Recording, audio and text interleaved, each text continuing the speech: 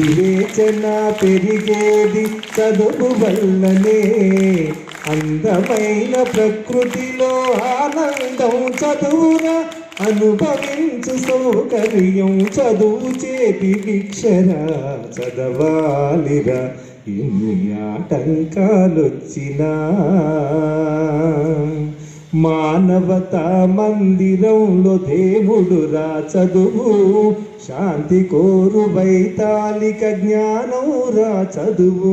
మాతృత్వపు అనుభూతికి మారు పేరు చదువు, వసుదైక కుటుంబానికి గురువేరా చదువు. చదవాలిరా ఎన్ని ఆటంకాలొచ్చినా, చదవాలిరా.